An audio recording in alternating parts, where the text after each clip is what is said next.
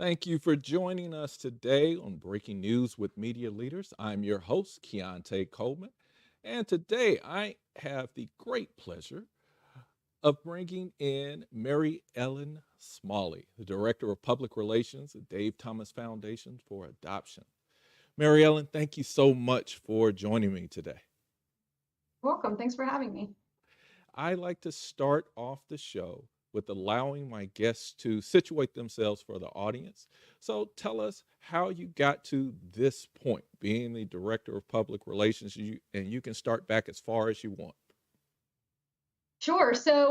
Um, I think from a very young age, I knew I wanted to tell stories. I think I was 3 or 4 years old when I would watch Gary Gnu do the Gnu's, which probably dates me because that was like very early 80s. And I would wake up in the morning and I would run into my parents' bedroom with breaking news that like the dog sneezed or something. And I'm sure they were really excited to get that wake up call. Um, and from there, I just always wanted to tell stories. I thought maybe I would be an author. In high school. I discovered the school newspaper, and that was where I really learned my passion for journalism and my passion for telling stories that were true.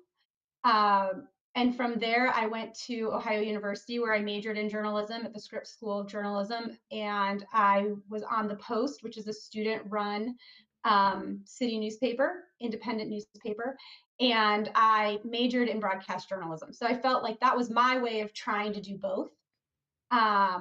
We had a couple news directors come to the TV production class in which we put a newscast on every day.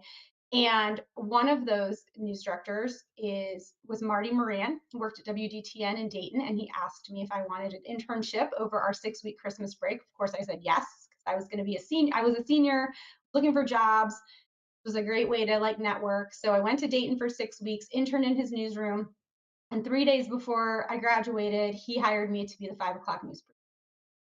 So I was ecstatic. I was graduating. I had a job. I packed all my stuff, and I drove to Dayton, and I produced news for the next 15 years in various places. From Dayton, I went to Columbus, Ohio, and worked at WCMH. From there, I went to WXII as an executive producer, which is where I met you in Winston-Salem. Then I was hired back to Columbus, Ohio by WBNS, which is the flagship station in this country. A great opportunity, so I took it and actually went back into the producing ranks and produced the 11 o'clock news there for 3 years. And when my contract was up, I had the opportunity to leave news, and I took it.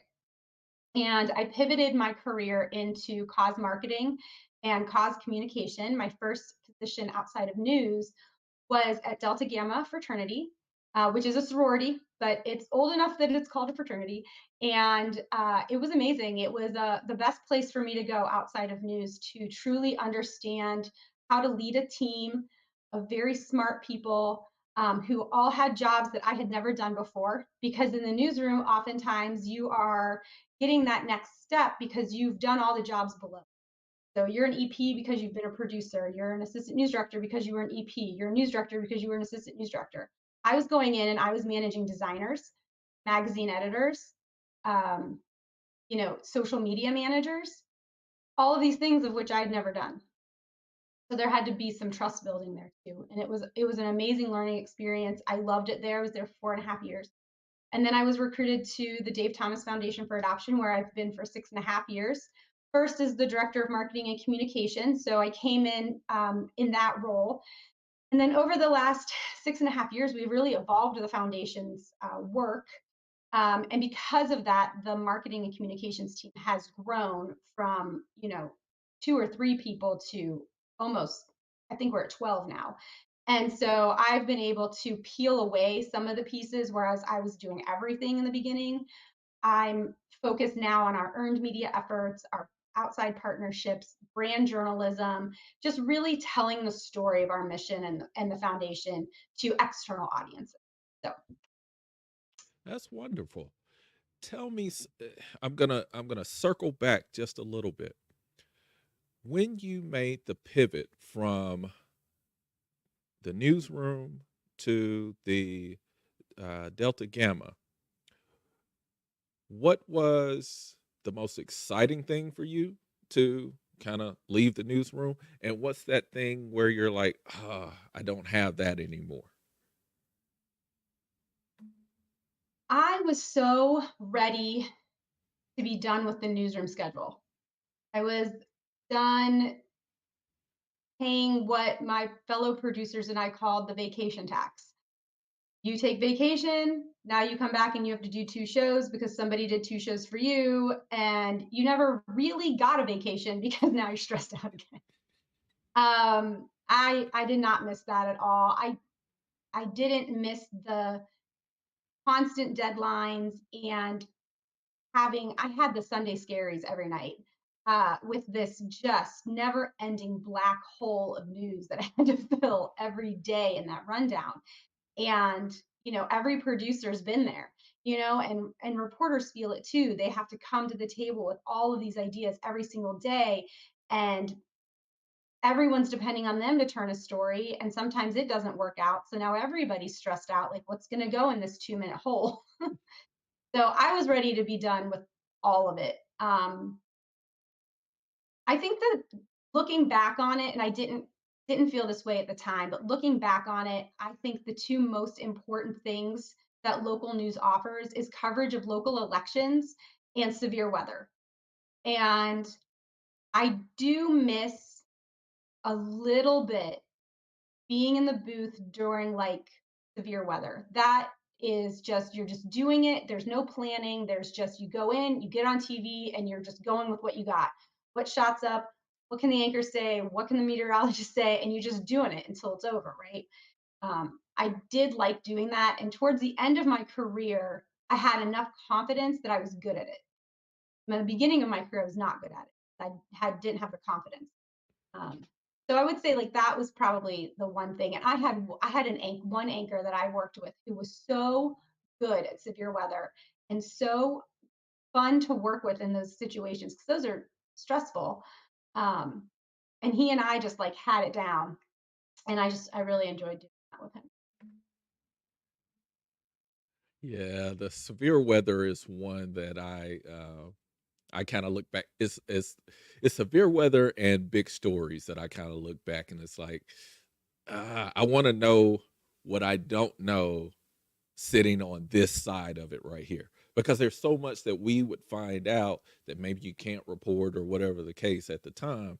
So that's a little bit of what I miss, being away from it now. But definitely that the rush of getting that severe weather in and helping people, try to stay safe. Can you explain your role with the Dave Thomas Foundation for Adoption a little more? What is a director of public relations? What are those duties that you have to do so that if we have some people watching and they're like, oh, that's interesting. I didn't realize that I would have to do that or whatever the case may be. Sure. So I really think of myself as a gatekeeper to the brand. We have so many partnerships because of the work that we do in the foster care adoption space, with governments, with private adoption agencies, with corporations, very large corporations, Fortune 100 corporations. And we are very cautious and cognizant about every partnership that we make sure that everything always really aligns back to our values. And I really like working for a values driven organization because we are constantly gut checking ourselves. Does this make sense? Does this adhere to the vision of Mr. Thomas and his legacy? We're very conscientious to make sure that we are living out his vision for finding a family for every child that is waiting in foster care. And I take it very seriously. So, everything from what journalists do we partner with to share these stories? Um, what families are we going to select to share their story? Because you want to make sure that these brand journalism pieces are not exploitive. These children have been through a lot. These children are traumatized. They have survived situations that are just unimaginable. And if they and their families are willing to be vulnerable, we want to go in with the utmost respect. And so, in telling these documentaries, uh, which is one of the biggest pieces of my job, um, you just have to go in with a sensitivity that is developed over time. I'm sure the first time I did an interview with one of these families, I wasn't as good at it as I am now. And I take that piece of my job so seriously just to make sure that we are telling those stories authentically but kindly. Um, when we work with journalists, we want to make sure our CEO is prepared. We want to understand the themes and topics that the journalist wants to speak about, but understanding we're not going to get a list of questions. Um, but being ready, preparing our CEO for really anything, and not to fault a journalist, but sometimes there are questions that come up that are a little off topic. And it's because their brain kind of went one way where maybe, a CEO's mind is not even going that way. And so sometimes those can be perceived as gotcha questions. And we try to mitigate any kind of um, situation like that by being prepared for anything. Hmm. So that takes a lot of time. Every time we are ready, our CEO meets with a journalist, I prepare a complete brief with talking points and um, articles that the reporter has done recently, a bio on the reporter. I mean, just as they're looking up us and researching us, we are researching them and making sure we understand who they are and what they're about and what kind of journalists they are and how do they frame their questions and how do they write their stories and that sort of thing. So thankfully, we've had amazing experiences sharing the story of the foundation and the mission of the foundation. We have truly only worked with respected and respectful journalists, so we've been very, very fortunate in that way. So I'm excited to continue that because we, are growing the voice of the foundation every year, bigger and bigger. I oversee a team of designers. I am in no way a designer. No one should ever ask me to design anything. But I oversee a team of designers and I can't do their job and they know it. So it's really about helping them, being their advocate, being their mentor, being their guide, helping them prioritize if necessary, going up the ladder and asking questions that maybe they don't feel comfortable asking or aren't sure who to ask. So I navigate that for them. And then just in general, because I've been at the foundation so long, I just try to be a good mentor and a good role model for everyone on our team. So, you know, being the director of public relations, you're really on all the time. You're a representative of the organization you work for, both internally and externally. I'm always very aware of that. That's interesting. Do you find we hear this term a good bit, transferable skills? Do you find that your time in the newsroom has prepared you in a way that maybe someone else who might have a strictly PR background, maybe you get a leg up in some ways? I definitely think the newsroom prepared me in some unique ways in terms of the ability to prioritize, reprioritize, prioritize. Oh, throw that away, even though you worked on it for an hour. Um, and those types of things that are a little bit unique to the newsroom. Not that other careers don't require reprioritization, probably just not at the same speed as in a newsroom sometimes. Um, so I do think that was a unique skill that was very transferable because being able to reprioritize and not get stressed out about it is a huge thing because that's in every job. I would say the ability to synthesize information quickly, complicated topics into bite-sized, understandable talking points is something that I definitely learned in the newsroom. And when I went to the foundation, I didn't know anything about child welfare. I had to learn it all. And so that ability to quickly learn and quickly pick up language and quickly pick up terms and definitions was very helpful to me. Being very inquisitive, also incredibly helpful because you're going to learn more quickly outside of the newsroom because you're not afraid to ask questions. Um, I had to ask so many questions when I left because we were talking about this earlier, but nothing operates like a newsroom, nothing. And so it can be very fish out of water. Um, but having like that ability to not get stressed out, ask the right questions, be inquisitive, be strategic. As a journalist, of course, you're strategic. You're always seeing how these pieces fall together. You're going to need to do that outside of the newsroom too, and that might just be in terms of who does what at this organization. Because I now went from working with a producer who I knew exactly what they did, an assignment desk who I knew exactly what they did, the photographer I knew exactly what they did. Now I'm in this organization that has 17 people with the same title, and they all do something different. So now I need to take a step back and say, okay, who do I need to go to find this? Okay, I'm going to use my research skills. I'm going to figure it out. I'm going to look up their bios on the website. I'm going to ask somebody else. I'm going to look at their LinkedIn profile, like whatever you got to do to figure it out. And depending on the size of the organization you go to, that could be very easy or it could be very difficult. If you go to a Fortune 100 company where they have thousands and thousands of people that work there, that could be a longer process. I've worked at smaller organizations. We have about 60 people on our staff. Um, but when I started, I was the 17th person.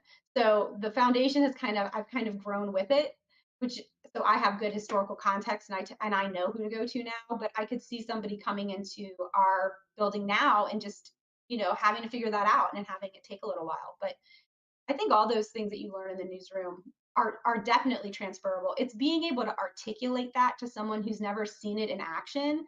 That's like the real like pivot point. I was looking for jobs outside of TV for like 7 years, but it was not until I went into my interview with Delta Gamma that I think I articulated my work in a way that they understood. Mhm. And it also helped that the executive director at the time had worked in news. So she knew what I was doing. She understood how those things transferred. It was a miracle break for me because everything just aligned. It was the right person hiring at the right time. And sometimes it's luck that just gets you that next step.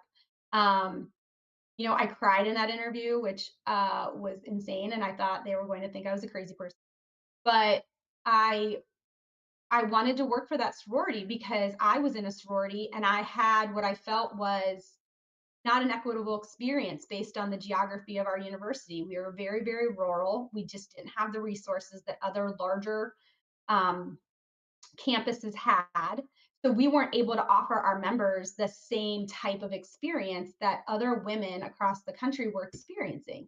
And so I felt like if I could work at a headquarters somewhere, I could help make sure that no matter who you are, if you wanted to join this sorority and you wanted a membership experience in this sorority, you were going to get the same experience at every college campus, and there weren't going to be these disparities in resources and these disparities in leadership opportunities, all of that. And I got really passionate in the interview and I started to kind of like tear up about it. And it worked in my favor. I mean, it showed how genuinely I wanted the position, and they told me that basically is what got me the job. But so be authentic, I guess too. Maybe don't bawl like a baby like I did, but I appreciate you sharing that story because I think it helps the audience. The one of the main reasons I started this show is I wanted to create a place where my students and other students like mine around the country can hear these conversations because everyone isn't able to bring speakers into their class. Everyone isn't tapped into various networks to get people to come in or whatever the case may be. And I think those types of stories are so helpful. So thank you for being willing to share. I'd like to get your thoughts on a couple of different things, and I do them incrementally on this show. So, start off with advice for students, but those students who are just kind of entering their early college years. So, I know I kind of want to do something in this media world. What's your advice for those students to kind of figure it out or get going? I think they need to see what's available on their campus. But if there is a student run newspaper, if there's a student run TV station or magazine, especially when you're a freshman, like go try them all. Like you don't know what you're going to have a passion for. And I think when I was graduating, I gravitated towards television because that was like the very cusp of our newspaper is going to go away because of this internet. So the internet was kind of new when I was in college. I got my first email address when I went to college. So I went to television.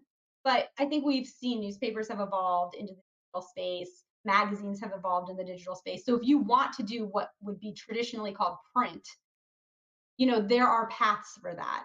And it is very different than the type of writing you will do for TV. But you might realize I don't want to be running around trying to find these stories and editing these stories and working out against these deadlines, but I do want to do some kind of storytelling. So maybe that's public relations, maybe that's telling the story of a brand or telling the story of an organization or telling the story of a person if you're working for a brand that's personal. um, and just really kind of figuring out which path makes sense to you. What do you enjoy? Like, what are you going to want to do for 40 years, right? Because that's how long you're going to work. um, and I think the one thing that I wish somebody had told me is that you should minor in something else. Like, I minored in political science and sociology because I thought it would help me tell stories in the best way, understanding demographic, understanding politics. If I had to do it over again, I probably would have majored in public relations and I would have minored in a science, biology, chemistry, something that would let me go work for a pharmaceutical company, hospital system, um, a college of medicine, because they need people who can digest and articulate scientific communications into digestible, actually understandable words. And I think where there's like a disconnect for kids who are going into college about like, okay, well, what are you going to do? Where are you going to work? You don't have to just work at a newspaper. You don't have to just work at an advertising agency or a PR agency. There are massive communication teams out there that work on the corporate side. So like, what's your other interest? Do you love nutrition? Minor in it. Like, do you love Spanish? Minor in it. If you're bilingual when you graduate, like the doors are going to be open for you. So just think really creatively and strategically about what is that other thing you're going to learn or double major in that's going to make you really marketable when you graduate. I like that. I like that. I think that's some very sound advice uh, because it allows you to do a lot, and college is supposed to be where you experiment, and it's okay to find out you don't like something. I was going to be on somebody's radio station doing the Quiet Storm, and I sat in a booth and was like, I'm claustrophobic. I can't stand this. I nope. Yeah, good to learn early. Yeah. Now, another question for you is keeping with the students, but the students are now they're heading out. They're heading out. They're about to graduate. What are those things that maybe you look for in those students coming out of college, and that could be on the PR end if you were looking to bring somebody in at your at the Dave Thomas Foundation, or when you were in the newsroom as an EP and you're watching interns and possibly helping out with hiring, what are some of those things that you're looking for that you want to make sure that those students understand? Get this on your resume, get this in your portfolio. So hopefully at this point, if you're a senior in college, you've done like at least one internship. I did 7. I would do as many internships as you can, and I would do them if you're still not sure, because I still wasn't sure what medium I wanted to work in. So I did a newspaper internship one summer. I did multiple TV internships. I did a radio internship. I quickly realized radio was not going to be for me. It's just I did get to do some cool voiceovers for Diet Coke, but other than that, it wasn't really my thing. Um, just make sure whatever it is you want to do, you've done as much learning of it as you can before you graduate. And if you can get in and do multiple internships, do them, because that is going to give you the biggest leg up understanding an actual working environment. Because as much as I loved it when I was a student journalist and I was like, this is a real working newsroom and everything, and it was. But when I went to a real working newsroom, there were some pretty significant differences. And, I was not told that my writing was great. I was told I had a lot of edits. I think because I'm 19 and somebody tells you you're wrong, you don't take it so well. So I was annoyed by that.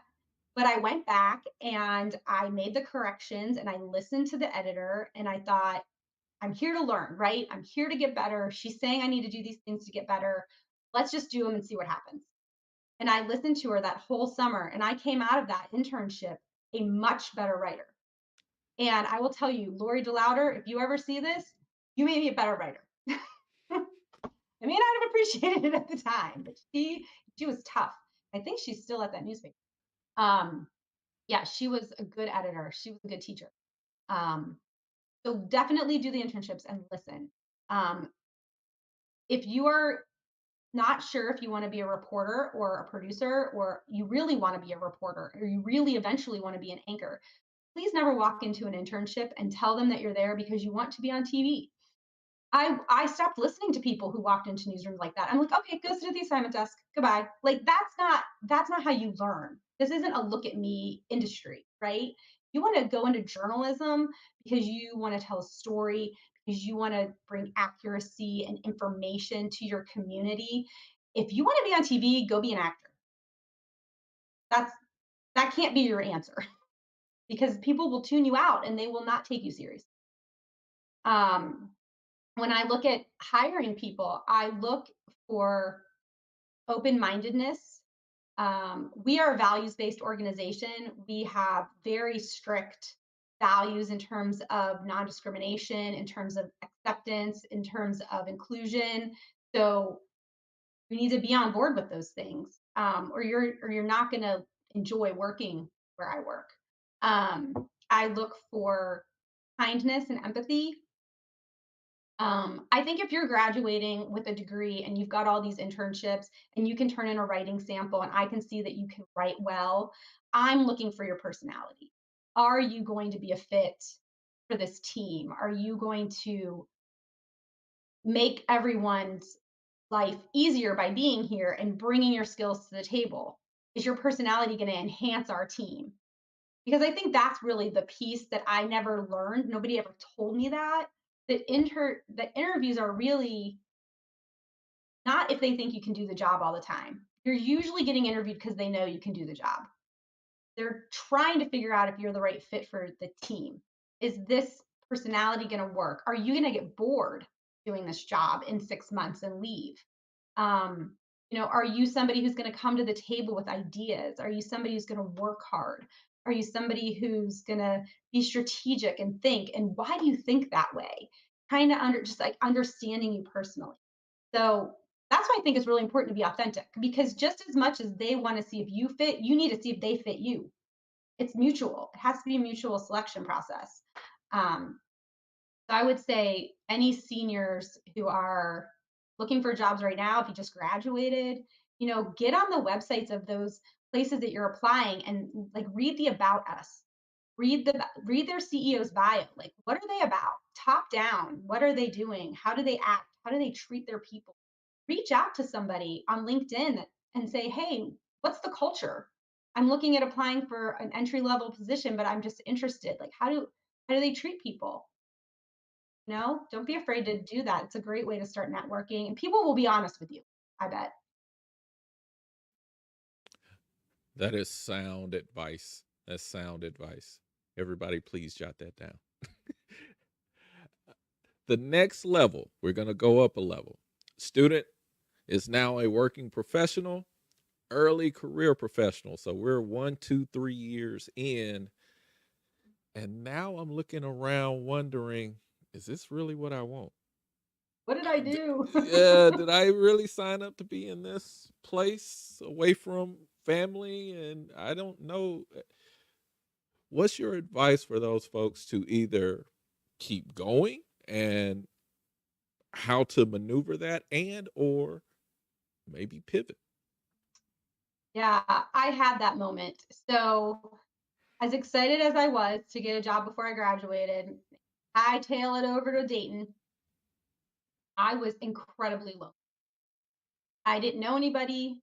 Um, I was living in a house of 7 hockey players because I had gotten hired so quickly, I couldn't find an apartment. And a friend of mine from high school went to the University of Dayton. He had a room available in his duplex for the summer. So I basically just took a suitcase and lived in their extra room. And I was going to move into an apartment with a girl who I had lived with during my internship, basically waiting for her roommate to go back to the University of Cincinnati. And then I was going to move into the apartment. So being unsettled for the first like 3 months of my first job out of college made that transition really hard. And even when I moved into the apartment, I made $13,000 a year on TV. I lived in Section 8 housing, which now would just be called affordable housing. I qualified for food stamps. I used to babysit the promotion director's kids once a week so I could use their laundry facilities. So I would babysit for free as long as they let me do my laundry because I didn't want to go to a laundromat because I was afraid all of my whites would turn. And I just like had to figure it out. And I don't know how people do it. To be honest, I did it with privilege. My parents helped me. They got me a car. I didn't have a car payment. I could not have taken a job in television, not in my hometown, without my parents' help. And even with all of that, and knowing I had that support and that it was a great job, and it really was. I mean, that was a good salary for a news producer in 2001, coming straight out of school. I was incredibly lonely and I hated it there. And it wasn't anybody's fault. I just hated it. So I really had to think, like, what am I going to do? Like, why am I here? What have I done? And now I have this contract. And I got a piece of advice, and I don't know if this was good advice or not, but I listened to it. Coworker of mine in Dayton said, "Don't sign your contract. Wait for them to ask you." So I just stuck it under some stuff on my desk, left it there. No one ever asked me for it, which was kind of their fault, right? So the station got sold, and in the process of that acquisition, it was discovered that I had not signed a contract. And they came to my desk and they said, "You have to sign this contract." And I don't. And I said, "I will sign this contract, but we need to amend it that I have an out at 1 year and for Pittsburgh or Columbus, from Pittsburgh. And all of my friends from college were in Columbus." And they said, "Okay." And I was at 8 months when I signed that contract. And 4 months later I left and I went to Columbus. And that was my version of a pivot, I guess, was I found a way out of that contract. I went to a city where I had my best friends and I lived with my best friend, and like life got so much better. TV became better for me. Producing was fun because I wasn't lonely. And if you're one of those people who can go someplace, I'm friends with a guy who I am in awe of his ability to fully embrace and enjoy where he is, wherever he is, whenever he's there. I'm not that person. But he's moved everywhere. He's moved everywhere and he's just embraces it. Every step he's just like, this is my path right now. but I'm not that person. So when I moved to Columbus, I felt really at home. Um, that ambitious drive that we all have, I think all journalists have, um, drove me to want to be an executive producer. And then I had to take a step back down in size, market size. So I went to Winston-Salem. Um, I took that job and I learned a lot at it. And I am still good friends with my direct supervisor there. But that was a very difficult time too, because I was older and I thought, oh, I can move somewhere where I don't know anybody and it'll be better because I'm older. I'm still the same person. I was miserable. I had a boyfriend while I was down there. I dated a guy. It was fine. I made friends, but it never really felt like home. It never felt comfortable. And I was working like the morning shift for the first half of it. So my like brain was like totally out of whack. And it was kind of miserable. And I went to the news director and I told him that I had a stack of coffee cup filters and every day, and it was exact number of coffee filters for every day of my contract. And every day that I made coffee at midnight to go into work was one less day I had to work.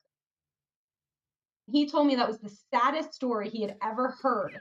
And he gave me an out on my contract. And I was like, thank you. And he gave me 30 days. It was the month of August to find a job. And I found a job and I got hired on like August 26th back in Columbus. So I came back. And so for me, I mean, I think that if you're 3 years into your career and your issue is geography, change your geography. You can do these jobs anywhere, really. I mean, and now post COVID, you can live anywhere to do a lot of jobs, right? So I would say if your issue is geography, fix your geography. If you fix your geography and you're still miserable, now you know, now you know it's the job. You're gonna have to make a pivot. If you're in news and you want to get out, you know, sit down and think about what newsroom skills you have. You have the ability to prioritize, you have the ability to be strategic, you have the ability to synthesize difficult information, you have the ability to write concisely, you have the ability to navigate difficult personalities. You have the ability to learn quickly. You have the ability to understand government systems. Like, do you have a beat? Like, I understand healthcare or I understand education. Write all of these things down and then think about them from the other side. How would this person over here understand best how I use that skill and how I could transfer it to their operation? And if you aren't sure, call somebody who does it and ask them and talk it out. Figure it out before you apply, before you have an interview. So that way, when you go into the interview, you really can explain how your skills will transfer, because that was my biggest hurdle, was trying to explain how what I did in a newsroom is very foreign concept to many people could possibly be valuable to somebody outside a newsroom. It's very valuable. You just have to explain it. I really like that piece. I really like that piece because when you start to break it down, and if you never ask yourself what someone else thinks of this or sees this as, you know, we're speaking our own jargon and our own language. So you got to be able to to flip that around. I I like mean, that. so here's a good example. I do all our brand journalism. So I write all the scripts. So I go and I do the interview. I have amazing videographer that travels with me, creative director, and he makes it all look beautiful. And I gather all the content and I get transcripts. So which is also great because instead of having to sit in a booth and type out all the stuff, somebody else does that and sends it all to me in paper. And I take all of these interviews that I do and I basically put together a Nat sound package. If you go to the Dave Thomas Foundation for Adoption's YouTube page, you can see all these videos. But I put together basically a Nat sound package. And there's some on-screen text treatment and things like that. But I had to figure out how I was going to write this in Word because I don't have ENPS. How am I going to indicate what is on screen? How am I going to indicate what is a soundbite? Where am I going to put time codes? Like, what am I going to do? So I came up with a color coding system for our editor, but also for our staff, because these have to be approved. So I can't just like write this and like, put it into the world. It has to go all the way up to our CEO. So I came up with this plan. Any on-screen text I highlight in green, any soundbite I highlight in yellow. I put time codes in red. I put super information in bold, and it's just like a Word document, and it just through. But the first time I sent that to somebody to read, they had no idea what SOT was. They didn't know what VO meant, and I had written this completely oblivious to them that I didn't explain to them what it is. And so they're like, editing the SOT, and I'm like, oh no, that's on tape. Like we can't, like that is what it is. They said it.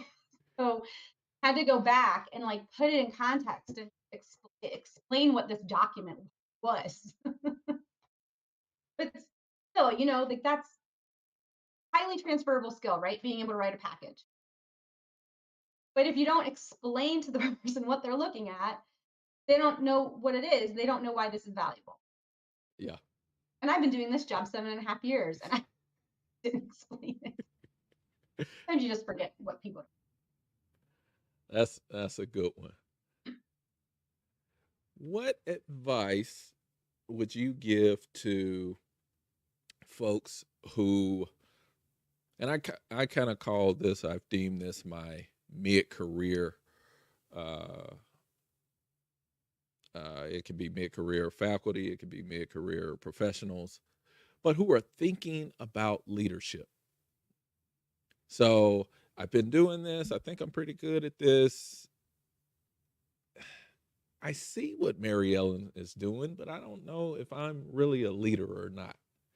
What's the advice that you would give someone to either pursue leadership or things that they should start thinking about if that's something they want to do?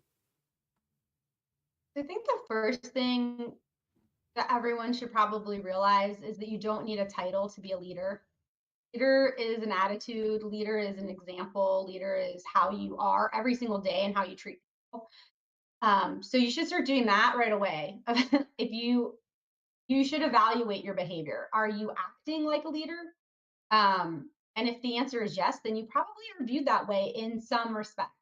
And if you don't have some great title, I mean, we have very junior people on our team who I would absolutely call leaders because they are responsible, they're kind, they're empathetic, they're thoughtful, intentional people who take ownership over their product and run with it.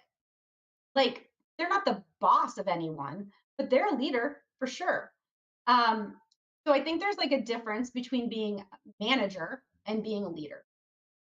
A manager is someone who has like very tactical things to help a team out, to guide a team, very tactical project management processes and things like that. And it's a reporting structure situation. Leadership is like guidance, mentorship. And you can be a very high title and not be a leader. And I think we've all had examples of that in our life, right? News director who threw chairs. Technically, he was the leader of the newsroom. I wouldn't probably define that person as a leader in the world, right? So I think that's the first thing. Anyone can be a leader. It's all about how you act, how you treat.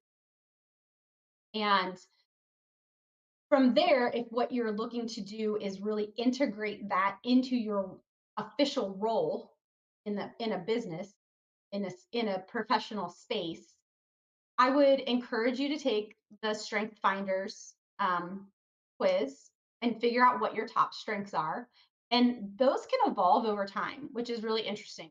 I took the Clifton StrengthFinders right out of coming out of television. I had 5 top strengths that when I took it 6 years later, only one of them was. So it's very interesting how what your job is can bring certain strengths to the surface. And then when your job changes and your environment changes and your expectations change, how other strengths will come to the surface. It doesn't mean that I'm not still an activator. It just means that I recognize I'm in an environment where activation looks different. So now I'm a maximizer and I'm looking at who can help me activate this in the best way based on their strengths. Mm. So it's just like this evolution, right? It never ends. But understanding what your strengths are and and then sort of how that's perceived can really help you communicate to other people and not feel overbearing or like because like discipline is my first strength, and sometimes, and I've been told this like in reviews, that sometimes I'm a little too stringent when it comes to processes and deadlines. I blame the newsroom for this. But it's something I'm consistently working on. But it's also a value to the team because I am the one that's got my eye on the clock. All right, guys, the deadline is coming up. I'm not pressuring anyone, but if we want to move this deadline, now's a good time to talk about that because we need to let the other people know that we're going to slide it just because we need a little more time. And I'm lucky enough to work in an environment where we would rather do fewer things correctly than a whole lot of things 80%. So I would say definitely recognize anyone can be a leader. Take a Clifton Strengths Finder or any kind of those leadership tests. You can find some of the free ones online and figure out what your leadership style is. Talk to your supervisor and explain what your goals are. And they can probably help you figure out what that path looks like at your organization. Talk to people. If you have direct reports already, talk to them. Get a 360. Hey, what do I do good? What do I need to work on in terms of being your manager and in terms of being kind of different skills? And be ready for that constructive criticism because it can be really hard sometimes to hear that maybe you're not doing something as well as you think. I would say the last 7 years has been a huge growing experience in that specific space, and at times quite difficult. But I think now I think I've come through it, and now I can sit down confidently and have difficult conversations with anyone and know what to say and know how to handle it, and everyone walks away feeling like it was solution oriented, and this wasn't the blame game. This was, how can we fix this issue? So it just takes practice. It's hard to be a leader. It's hard to have difficult conversations. It's hard to learn what to say and what not to say. It's hard to coach people. It's all hard. So you have to kind of commit to it too. And there's books and things you can read. Like Atomic Habits is a great book. That's a book. Malcolm Gladwell wrote it. And it's like these like tiny steps that add up to big change. And that's kind of like a leadership journey. Make these like tiny steps until you feel confident in a skill, and leadership is a skill. I like that. And I'm actually going to get my Strengths Finder reviewed tomorrow by a Gallup certified Nice. Yeah, we strengths did that as coach. a step. So my guest tomorrow, Dr. Judy Oskam, is gonna do You that. should. So I paid the extra $40 to get like the whole list because you get the top five, and I was like, no, I want to know all 40 of them. Like, what's the order? It's very interesting. And definitely read. There's a section on each strength that says like discipline means this, but discipline can be perceived as this. And Hmm. that perception piece is so important because perception's reality, and it doesn't always matter what your intention is. It's how your actions make someone else feel that matters. So Yeah, just being really aware that. yeah. I'm looking forward to that breakdown. Let's see here. Couple more for you, and I'll let you get out of here because you've been great. I always ask my guests to break some news for us. So if there's anything with you personally, with the organization, programs, or things that you want to share with the audience, please feel free to break some news for us. Well, you know what? I'll share the vision and mission of the Dave Thomas Foundation for Adoption because my guess is that some folks who are joining us don't know what it is. So, the Dave Thomas Foundation for Adoption is a national nonprofit public charity, so anyone can donate to us. And our mission is to dramatically increase the number of adoptions for foster care from North America's foster care. So we do that through our signature adoption program, which provides funding to both public and private adoption agencies. And those funds are used to hire adoption recruiters who we train in a child focused recruitment model. And our focus population are teenagers, sibling groups, and children with special needs, because we know those are the populations that, without specialized recruitment efforts made on their behalf, are most at risk of aging out of foster care without. And we believe that every child deserves a safe, loving, and permanent home. So we are celebrating 12,000 plus adoptions this month, which is very exciting. Um, we're just going to keep on at it until every kid has a home. Love that. Love that. Let's see. Last one for me. Thoughts on the future of the industry. And you can take it in along the public relations, strategic comm route, or even television. Your choice. Wow, that's really broad. um, I think the future of journalism, I worry about it a little bit because there is there is a fuzzy line between, and there shouldn't be, but for people there are, the difference between the media and news. And it's just so important for people to understand that the 24-hour network over here that has post A, B, C, whatever, wherever they lean, whatever they say, like whatever, they're not journalists. Maybe some of them used to be, but in that capacity where they are sitting there and they have opinions and they are talking about those opinions, they are being hosts. They are not the same as Lester Holt. They are not the same as your favorite anchor on your TV station at home, or the journalist you read in your newspaper every day, or the TV reporter that's down the street reporting on the latest homicide. They're completely different things. And social media is not news. And so I think until we can truly educate people on the difference, that one is based in fact and one is based in opinion, I think we're going to be in a world of hurt. And I think we're seeing that a little bit already in terms of what people believe are facts versus what they are someone's patient of fact.